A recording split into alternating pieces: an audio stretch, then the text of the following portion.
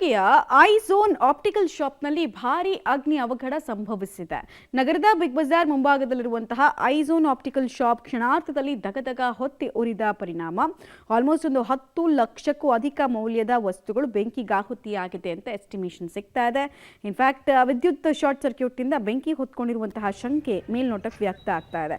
ಅಗ್ನಿಶಾಮಕ ದಳದವರು ಸ್ಥಳಕ್ಕೆ ಬಂದು ಬೆಂಕಿ ನಿಲ್ಲಿಸುವಂತಹ ಕಾರ್ಯವನ್ನು ಕೂಡ ಮಾಡಿದ್ರು. ಬೆಂಕಿನ ತಹಬದಿಗೆ ತರೋದಕ್ಕೆ ತಂಡದ ಮೂಲಕ ಪ್ರಯತ್ನವನ್ನು ಪಟ್ಟರು. ಇದು ಸಾರ್ವಜನಿಕ ವಲಯದಲ್ಲೂ ಕೂಡ ಆತಂಕಕ್ಕೆ ಕಾರಣ ಆಗಿದೆ.